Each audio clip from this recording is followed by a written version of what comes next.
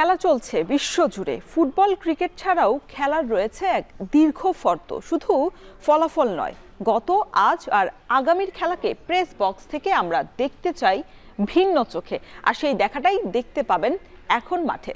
সঙ্গে আছি শরীফ রওশন। দর্শক, একটা দারুণ সময় কাটাচ্ছে বাংলাদেশ নারী ক্রিকেট দল। এই যে কয়দিন আগেই বিশ্বকাপ বাছাই পর্বের 7টা ম্যাচের মধ্যে 7টা ম্যাচেই চ্যাম্পিয়ন হয়েছে তারা। অপরাজিত চ্যাম্পিয়ন হয়ে কিন্তু বিশ্বকাপের পরের যে ধাপ মূল পর্ব সেটা নিশ্চিত করেছে। তবে এখন আসলে কি পরিকল্পনা বা কেমনভাবে দলটাকে সাজাবে বিশ্বকাপে আসার জন্য, যেটা ইংল্যান্ডে বসবে জুন জুলাইয়ের।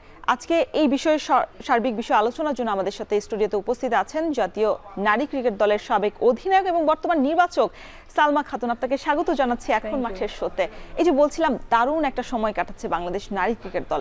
আপনিও তো এক সময় অধিনায়কত্ব করেছেন, ছিলেন অলরাউন্ডার হিসেবে, বেশ একটা নিজের অবস্থান মানে যাচাই বাছাইয়ের পর অবস্থান তুলে ধরেছেন। এখন যে সময়টা যাচ্ছে বাংলাদেশ নারী ক্রিকেট দল, বিশেষ করে আমিনুল ইসলাম বুলবুলের নেতৃত্বে, কেমন দেখছেন এই নারী ক্রিকেট দলকে? আসলে লাস্ট ওডিআই ওয়ার্ল্ড কাপ থেকে আমাদের মেয়েরা খুবই ভালো করছে। যেহেতু সামনে টি20 ওয়ার্ল্ড কাপ আছে, তো ওটার কোয়ালিফাই আমরা করে আসছি নেপাল থেকে।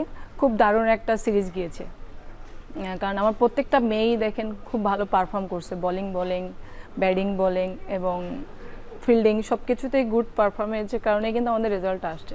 এবং টানা 7টা ম্যাচ জেতা কিন্তু এত সহজ না, খুব কঠিন একটা জার্নি ছিল। বাট আমি ধন্যবাদ জানাই যে আমাদের ক্রিকেট বোর্ডকে, যেমন আমাদের মেয়েদের পাশে এত সুন্দরভাবে দাঁড়িয়ে আছে। যে ফ্যাসিলিটিগুলো দরকার ছিল সবগুলোই মেয়েরা পেয়েছে।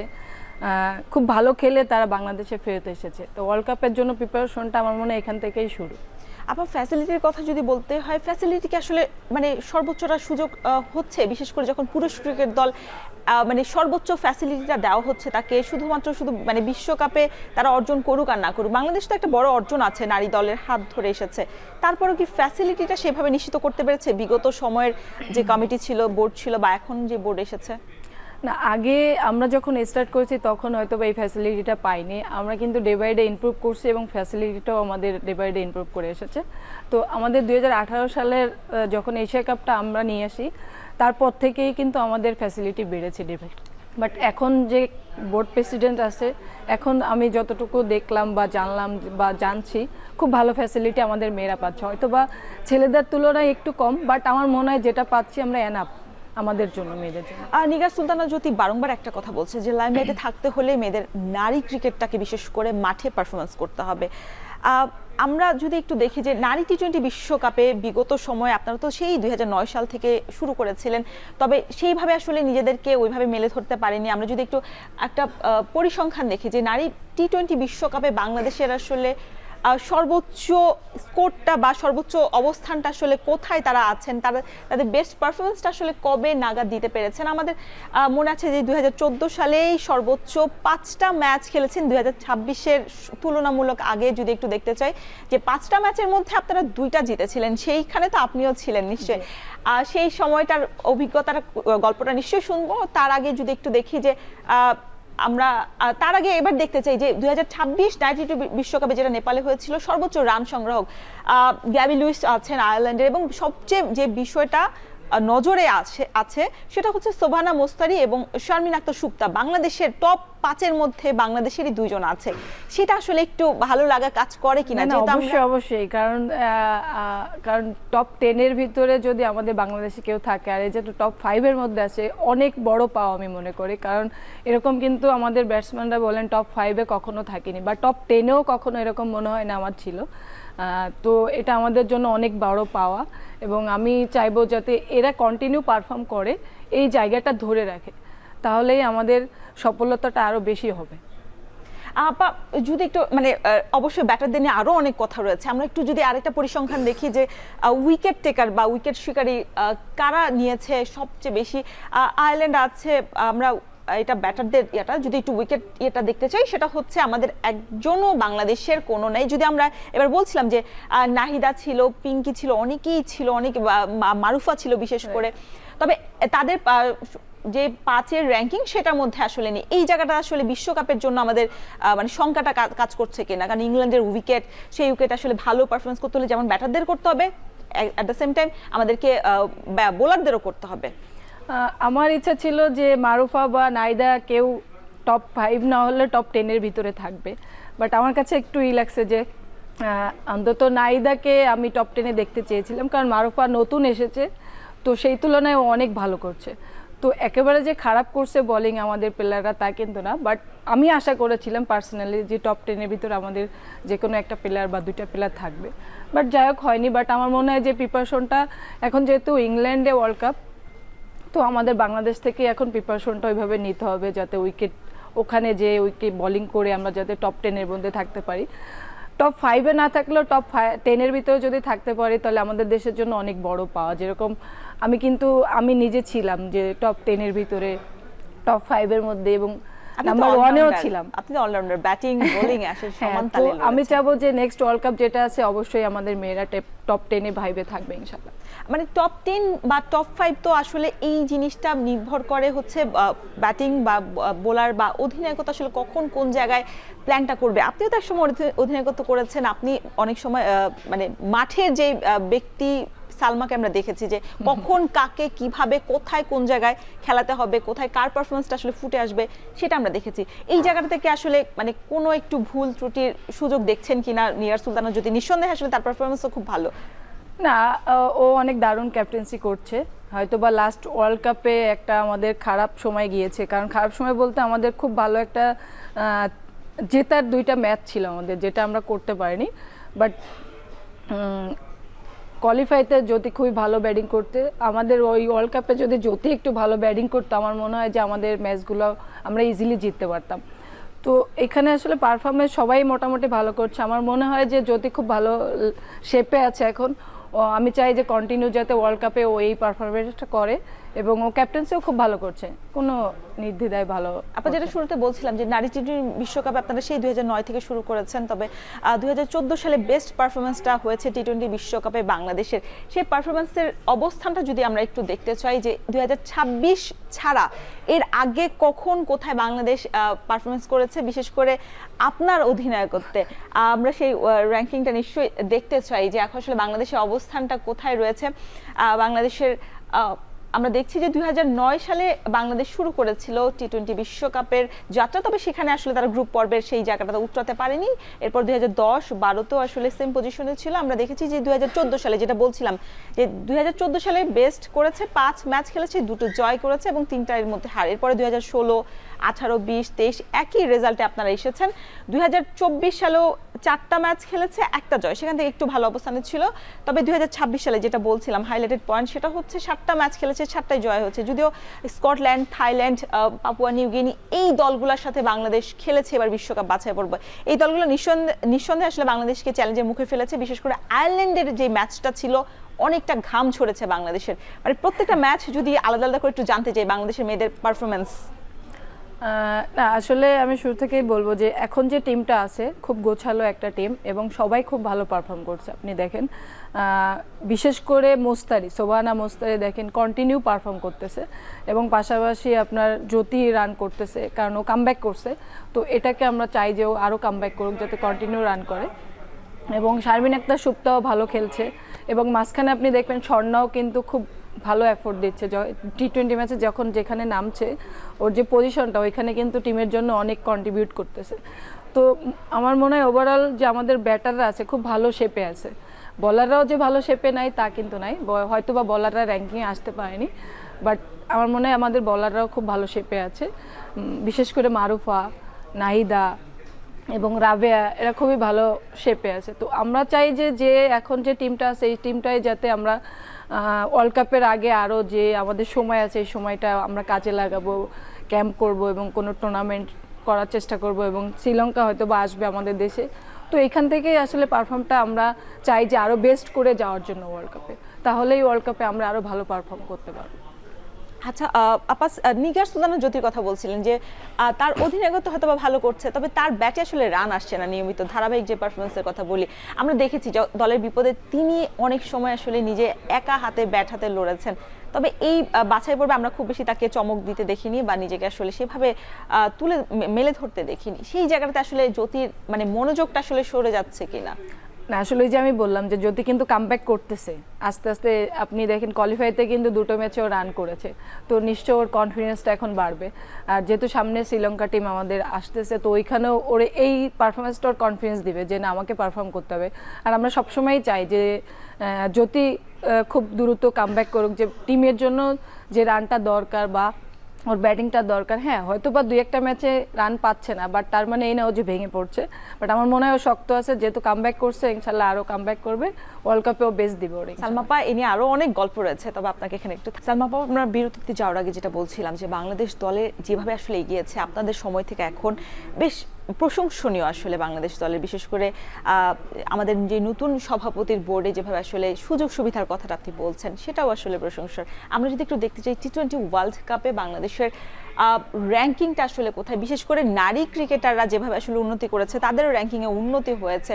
আমরা দেখেছি ব্যাটার এবং বোলার সমান তালে তারা আসলে উন্নতি করেছে। আমরা দেখছি শুরুতেই আমাদের পেসার মারুফা আক্তার আছেন 92 র্যাঙ্কিং, এগিয়েছেন 206 ধাপ এগিয়েছেন তিনি। স্বর্ণা আক্তারও সেম এতে আছেন 74 র্যাঙ্কিং এখন বর্তমান, 43 ধাপ তিনি এগিয়েছেন। এবং সোবহানা মোস্তারি ব্যাটিংয়ে যার আসলে বলা বাহুল্য 36 র্যাঙ্কিং আছেন তিনি, এখন 16 ধাপ এগিয়েছেন। নাহিদ আক্তারও আছেন 8 ধাপ এগিয়ে 28 র্যাঙ্কিং আছেন। দিলার আক্তার আছেন 5 ধাপ এগিয়েছেন, তিনি মাত্র 65 র্যাঙ্কিংয়ে অবস্থান আছেন। এবং নিগার সুলতানা জ্যোতি যিনি বাংলাদেশকে অধিনায়কত্ব বা তার কাপ্তানে আসলে তার নেতৃত্বে আসলে বাংলাদেশ এগিয়ে চলেছে, তিনি 3 ধাপে এগিয়েছেন, 19 নম্বরে আছেন। এই যে বাংলাদেশ নারী ক্রিকেট দলের এত উন্নতি হচ্ছে, আমরা তো যেটা আমি শুরু থেকে বলছিলাম যে আগের যে অবস্থান বা বিশেষ করে আপনারা যেখানে ছিলেন সেখান থেকে অবশ্যই এগিয়েছে। বিশ্বকাপটাকে তাহলে আমাদের মানে একটা ভালো একটা অবস্থান আমরা তৈরি করতে পারবো কিনা ইংল্যান্ডে? আশা করা যায়, কারণ যেহেতু ধারাবাহিকতা অনেক ভালো যাচ্ছে আমাদের, এখন মেয়েরা অনেক ইমপ্রুভ করেছে। লাস্ট ওয়ার্ল্ড কাপে অনেক ম্যাচগুলো যে আমরা কাছে থেকে হেরে গিয়েছি, ওই সময়টা অনেকে আমাকে বলতেছিল যে আমরা কেন হেরে গিয়েছি। তো আসলে কিছু কিছু টাইমে আমরা যেগুলো ক্যাচ মিস হয়েছিল, তো আপনি দেখেন আমাদের নতুন নতুন প্লেয়ার গিয়েছিল, তো ওইখান থেকে আসলে নতুন প্লেয়ারদের শেখার অনেক কিছু ছিল। তো এখানে কিন্তু আপনি দেখেন যারা কোয়ালিফাই করতে গেছে এখানে কিন্তু আমাদের নতুন প্লেয়ারও আছে, বাট এক্সপিরিয়েন্স প্লেয়ার কিন্তু বেশি ছিল। তো ওই জায়গা থেকে আমার মনে হয় যে আমরা ওয়ার্ল্ড কাপ যেটা চলে গেছে সেটা তো চলে গেছে, এখন আমাদের মনে করেন কোয়ালিফাই যেটা আমরা খেলে আসছি এখানে অনেক ভালো পারফর্ম করেছে মেয়েরা। এবং একটা জিনিস আমার বলতেই হয়, সেটা হচ্ছে মারুফা মাত্র কয়েক বছর এসেই কিন্তু আপনার অনেক নাম করে ফেলেছে এবং 92 নম্বরে সে র্যাঙ্কিংয়ে আছে। তো আমি আশা করব যে ওয়ার্ল্ড কাপে ও আরও, আমার মনে হয় যে আরও ভালো করে 50-60-এর ভিতরে চলে আসবে ইনশাল্লাহ। আমি মানে ওর দেখে বলতে পারি। এবং আপনি যেটা বললেন যে আমাদের মেয়েরা, নাহিদাও অনেক ইমপ্রুভ করেছে এবং নাহিদাকে আমি চাই যে এই ওয়ার্ল্ড কাপে, সামনের ওয়ার্ল্ড কাপে ও টপ 10-এ থাকুক, আমি পার্সোনালি চাই, কারণ ও সেই লেভেলেরই বলার।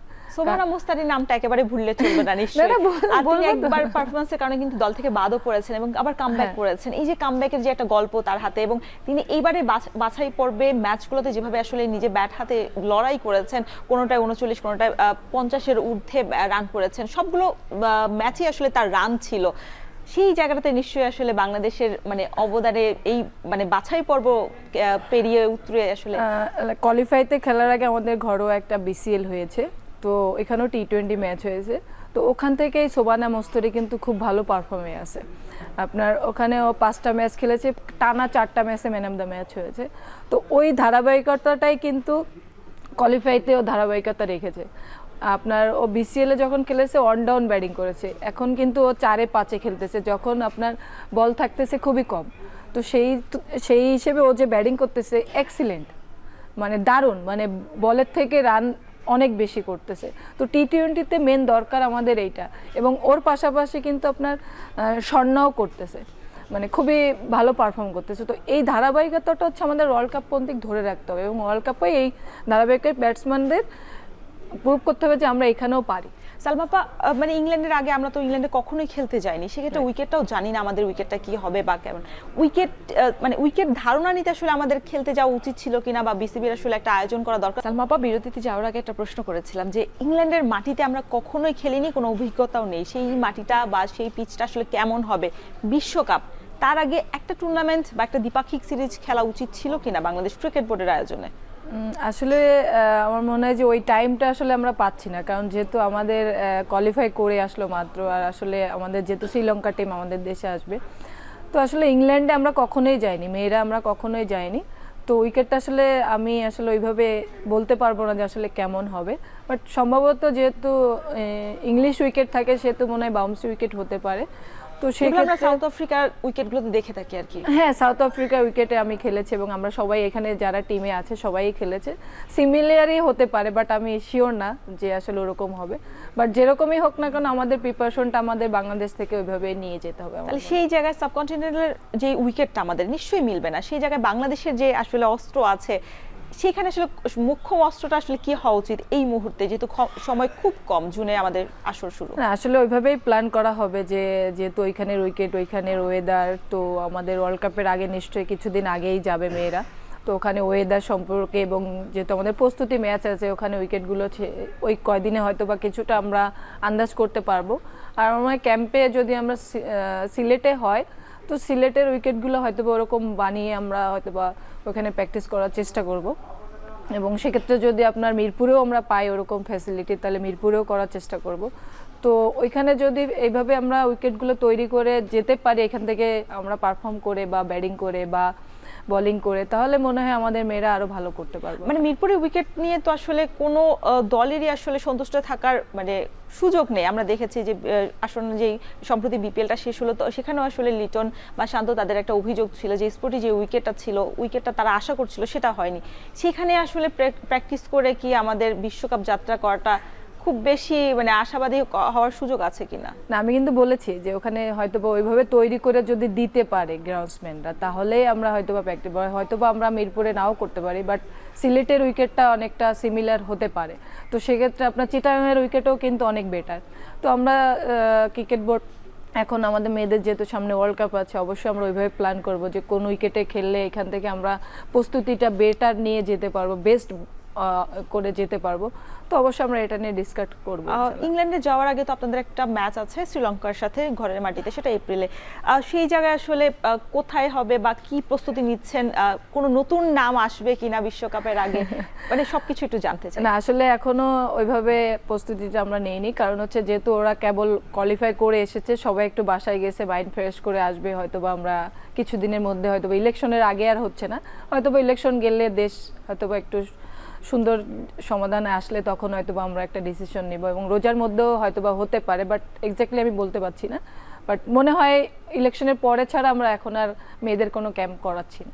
আচ্ছা, সেক্ষেত্রে আপনাদের তো বিকেএসপিতে আপনি জাতীয় এ দলের এখন ক্যাম্প করাচ্ছেন, সেই জায়গা থেকে নতুন কোনো নাম আমাদের এখানে শুনতে পারবো কিনা জাতীয় দলে?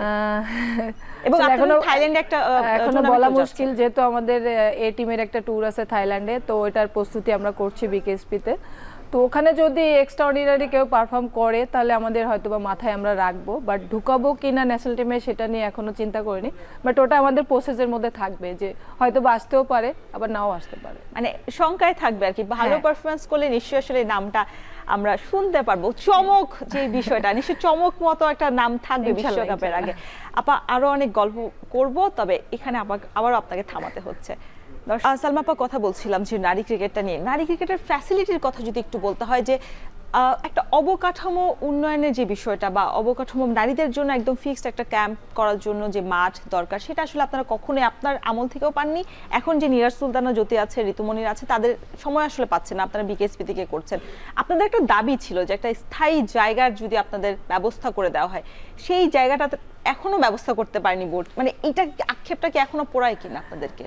না, অবশ্যই পড়ায়, কারণ এটা আমি যখন আমি ক্রিকেট শুরু করেছি এবং ন্যাশনাল টিমে খেলতেছি যখন থেকে, তখন থেকেই আমি বলতেছিলাম যে আসলে যেহেতু আমরা মিরপুর এখানে ওখানে দৌড়ে বেড়াচ্ছি, তো আমাদের মনে হয় যে মেয়েদের জন্য, ওমেন্স টিমের জন্য আলাদা একটা ফ্যাসিলিটি, মানে পুরো মাঠ, ইনডোর, জিম এবং সব কিছু।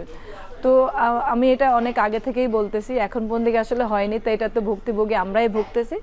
বাট আমি চাই যে এখন যে প্রেসিডেন্ট আসছে, আমাদের যে চেয়ারম্যান ম্যাম আসছে বাবা, তো আমরা চাইবো যে ওনারা যাতে এই জিনিসটা দেখে এবং এই জিনিসটা যাতে খুব দ্রুত সমাধান করে, যে না, মেয়েদের জন্য আসলে একটা আলাদা একটা সাইট দরকার।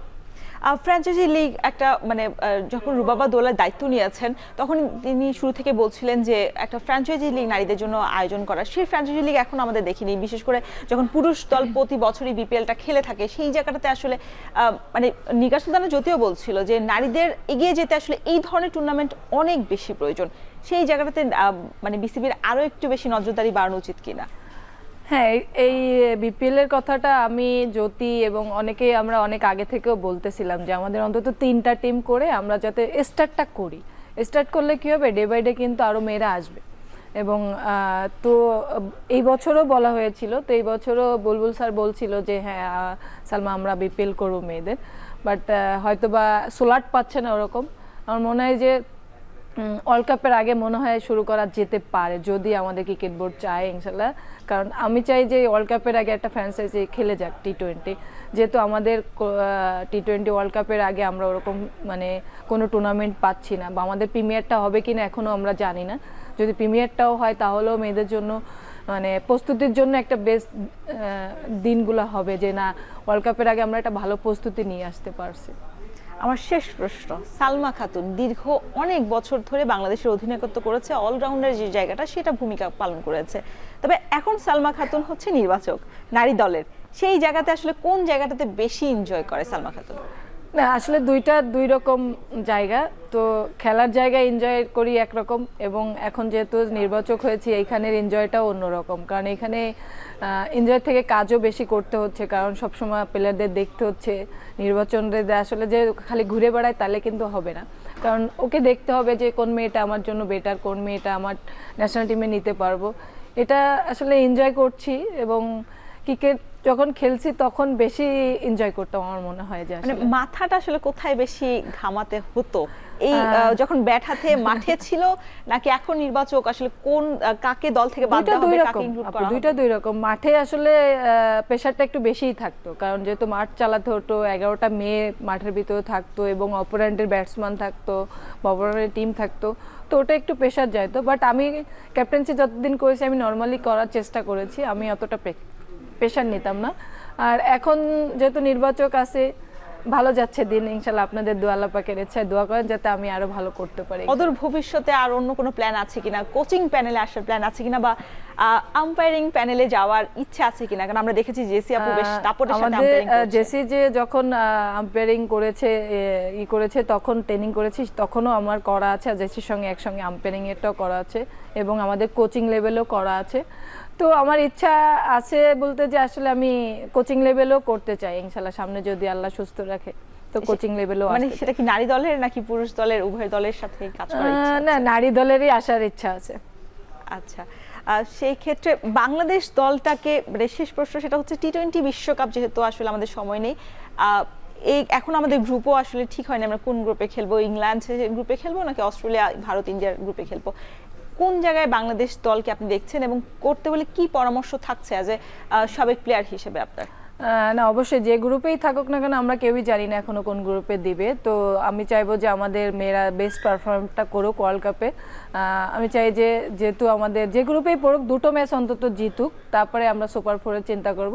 বাট আমার মনে হয় যে প্রত্যেকটা ম্যাচই আমাদের জন্য ইম্পর্টেন্ট, কারণ যে টিমে যে গ্রুপেই আমরা খেলি না কেন, তো ম্যাচ বাই যদি আমরা ম্যাচ প্ল্যান করি আমার মনে হয় যে আমাদের জন্য বেটার হবে। তো এটা ইনশাল্লাহ আমাদের মনে হয় যে কোচিং লেভেল থাকবে তারা অবশ্যই প্ল্যান করবে। আশা করি বাংলাদেশ টিম ওয়ার্ল্ড কাপে অনেক ভালো রেজাল্ট করবে। নিশ্চয়ই আপনার মতো আসলে বাংলাদেশের কোটি কোটি দর্শকরা আসলে এই আশায় রয়েছে বাংলাদেশ দল এবার বিশ্বকাপ বাছাই পর্বে যেভাবে আসলে দাপটের সাথে খেলেছে সেইভাবে মূল পর্বেও খেলবে এবং একটা ভালো একটা সাফল্য আসবে বাংলাদেশ দলের। এতক্ষণ কথা বলার জন্য অনেক ধন্যবাদ। Thank you. দর্শক, শেষ করছি এখন মাঠের আজকের আয়োজন। এতক্ষণ সঙ্গে থাকার জন্য সবাইকে ধন্যবাদ।